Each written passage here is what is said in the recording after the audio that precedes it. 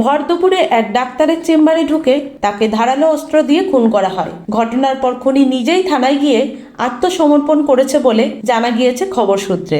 ঘটনাটি ঘটেছে ৩রা ফেব্রুয়ারি বর্ধমান শহরের বাদামতলায়।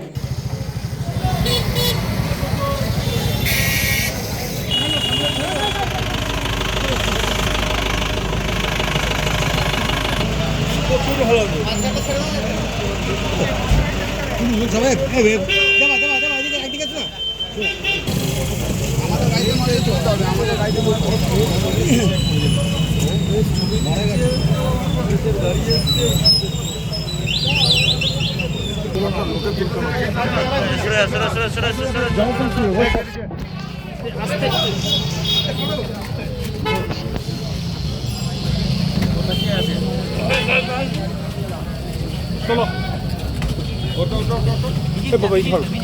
কমাটা ধরো, চলো কমাটা।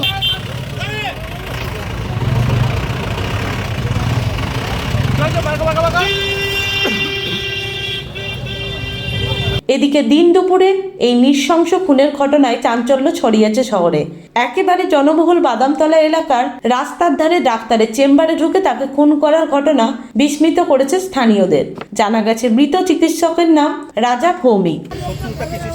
সেটা তো বলতে পারবো না। বাড়ি কোথায়? বাবুলবা কালীতলা। রাজা ভৌমিক, বয়স কেমন? 45-46। পরিবারে কে কে আছে? স্ত্রী আছে তার, একটা বড় ছেলে 12-14 বছর বয়স, আর একটা ছোট ছেলে 5 বছর বয়স।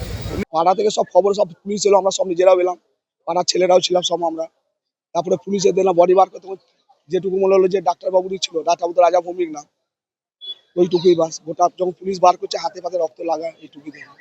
ঘটনাস্থলে বর্ধমান থানার পুলিশ এসে তার দেহ উদ্ধার করে বর্ধমান মেডিকেল কলেজ হাসপাতালে পাঠিয়েছে ময়না তদন্তের জন্য। এদিকে এই খুনের ঘটনার কারণ সম্পর্কে স্থানীয় বাসিন্দা থেকে শুরু করে পুলিশ কেউই সঠিকভাবে কিছু উল্লেখ করেননি। না বলতে পারবো না দাদা, আমার এটা আমি রাজার যে কেউ শত্রু আছে কিনা সেটাও আমার জানা নেই। সেটা কি পুলিশ তদন্ত করে সে জানতে পারবে। অনুমান তো ছেলে হিসাবে খুব ভালো যাবে, কি করে হলো সেটা কি ওরা বলবো।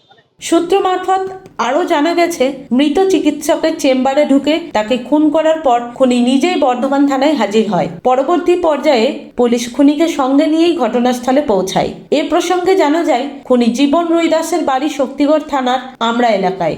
গত বছর ডিসেম্বর মাসে তার ঠাকুমার একটি প্রেসক্রিপশন নিয়ে খুনি থানায় হাজির হয়। তার দাবি, হাড়ের ডাক্তার RMP রাজা ভৌমিক তার ঠাকুমার ভুল চিকিৎসা করেন, ফলে তিনি মারা যান। সেই আক্রোশেই এই খুনের ঘটনা বলে জানিয়েছেন খুনি। যদিও পুলিশ পুরো ঘটনার তদন্ত শুরু করেছে, ময়না তদন্তের রিপোর্ট আসার পর মৃত্যুর সঠিক কারণ জানা যাবে।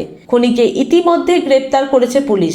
যে ঘরটিতে খুনের ঘটনা ঘটেছে সেটিও আপাতত সিল করে দেওয়া হয়েছে।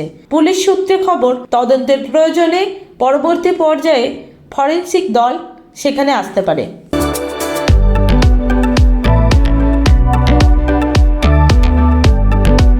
আজকের সংবাদ এই পর্যন্ত। নমস্কার।